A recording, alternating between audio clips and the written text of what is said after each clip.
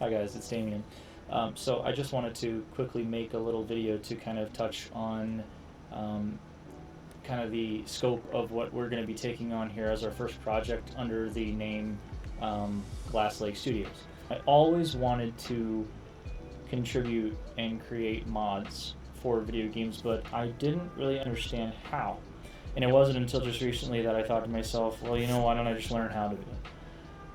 We have a really solid team of people here in this circle that we've created. What started out way back in the day as just a group of friends slowly expanded into a bigger group of friends. But it went beyond that whenever I started to think about it in the perspective of somebody who's trying to create something, right? Everyone who's a part of this group has something unique and special about them as far as like what they're capable of doing and creating. Everyone's minds are so different here, and every single one of us has something that is unique to us. Some of us are very good with writing. Some of us are really good with visual art, such as drawing, painting. Some of us are great with audio engineering, audio design, graphic design, coding, all sorts of stuff. That there's several things that people here have to contribute to a project like this. So what is the project? The idea is we make a follower slash companion mod for Starfield, and we give it full like dialogue. We have a quest line. We have special rewards for completing said quest line. We have just a huge thing. They have their own ship and all this other cool stuff, and we just make it very unique and give them a really cool personality. And then the idea hit me when I was playing Starfield. I think I was about 20 or 30 hours in, and I came across this outfit in the game, and it was a space trucker outfit. And I thought, this is kind of cool, and it reminded me of our late friend Shane, who, if you knew him, you knew he was really big into like trucking, loved trains, and all that kind of stuff. He even talked to me several times about wanting to be a trucker, wanted to be able to do that kind of a job. And so when I saw that, I thought it was kind of nifty. And then I was playing further through, and this random encounter happens while you're out in the void of space, and you run into this like random space trucker, I'm assuming, who calls you Charlie 3, and he has this really friendly conversation with you, and he's like super upbeat and just kind of like, I don't know, he's got that like kind of southern like hospitality, like comfort, I don't know, that attitude about him. And it screamed Shane, and I was like, this is cool, it reminds me of Shane. And then I thought, what if I put Shane into this game, right? So that was where the idea was born. And when I started to really break it down, it all started to just make sense. Everything started to kind of click and fall in place. And the way I thought about it was this: we start way smaller in scale, but with something way bigger as far as like meaning, right? Like, I would love to create an alien race with all this crazy stuff and just make something nuts. And the dream is that Bethesda would be like, you want a job? But like the eventual hope is to create a mod that, it's an alien race with their own cultural norms and their own language, their own music, their own everything, their own planet, ship designs, and it's huge. It's a massive project. My idea is to create something the size of like Enderall or Worm's Tooth or whatever, like Fallout London or all those really big mod projects that we've seen in the past for Bethesda games. But I don't know, how to do something like that because I've never even touched this type of stuff before. Starting out with something so much more smaller but personal, I think, is way more important, and it'll give us the building blocks and teach us the things that we need to know to be able to take on a project of the eventual size that we're looking at taking on. So we'll be able to use the in-game character creator to recreate our friend's likeness, his face.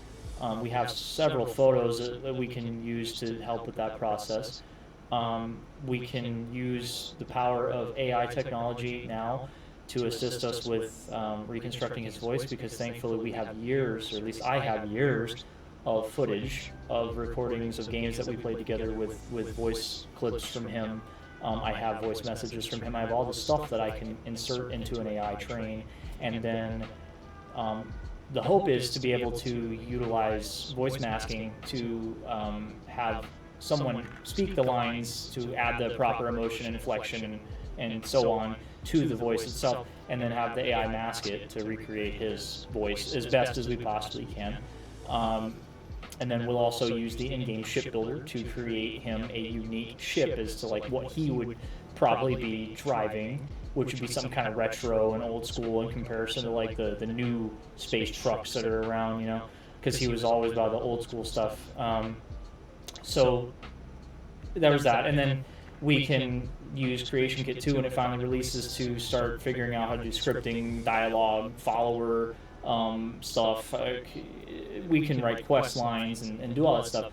But the best part is that even before Creation Kit 2 drops, we have the time now to sit there and brainstorm and be like, okay, we can go into the game right now, start working on the phase. We can start working on the ships. We can start writing quest dialogue. We can start researching how to get dialogue recorded and start working on AI voice training. And we can have everything prepared and ready to go so that when the Creation Kit 2 finally drops, we can, okay, cool, here, it's ready to go, boom, boom, boom, boom, boom. And of course, there's going to be hiccups, there always are, but I think that this will be a much easier project to take on, and it will ease everyone into the flow of what it feels like to work on a project. It'll also help us understand how each of us works together separately, if that makes sense. We're going to need concept artists, we're going to have people to help us with audio engineering and voice acting. We're going to have people to help with ship design, character design. We're have all sorts of stuff that we're going to need.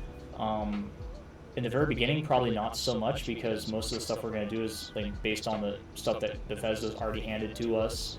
But later on, we're going to need a lot more, so now is a good time to start building that foundation. So that is pretty much the idea, at least right now, of where we're at with the project.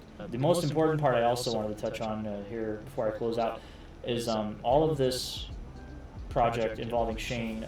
We're going to have a lot of oversight from his mother, his grandmother, and also his best friend, Drew, who grew up with him, to help us make sure that we recreate this in the most authentic and also respectable way possible.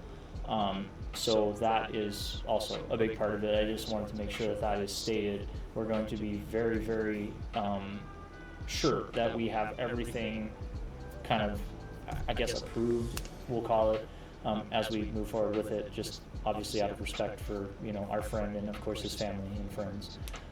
Anyhow, so that's where we're at right now. The first official project of Glass Lake Studios is going to be a follower/companion mod for our late friend Shane Skinner, who we will then recreate, put into the game, and give his own unique stuff to it.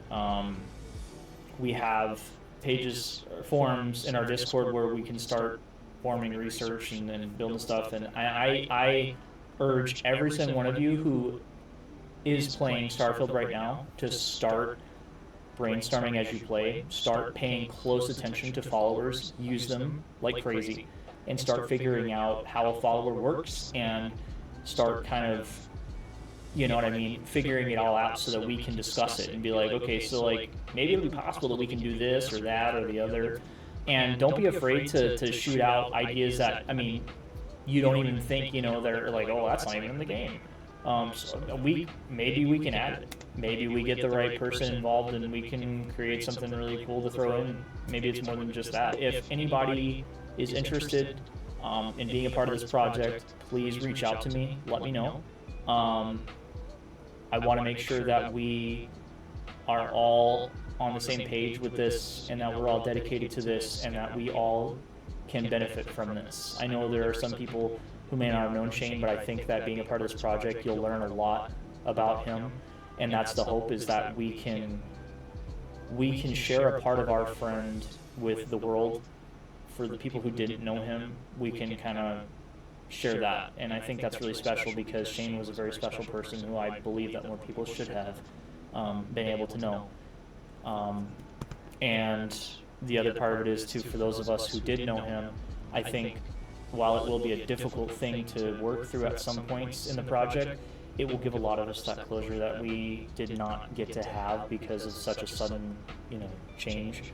But yeah, so that's where we're at.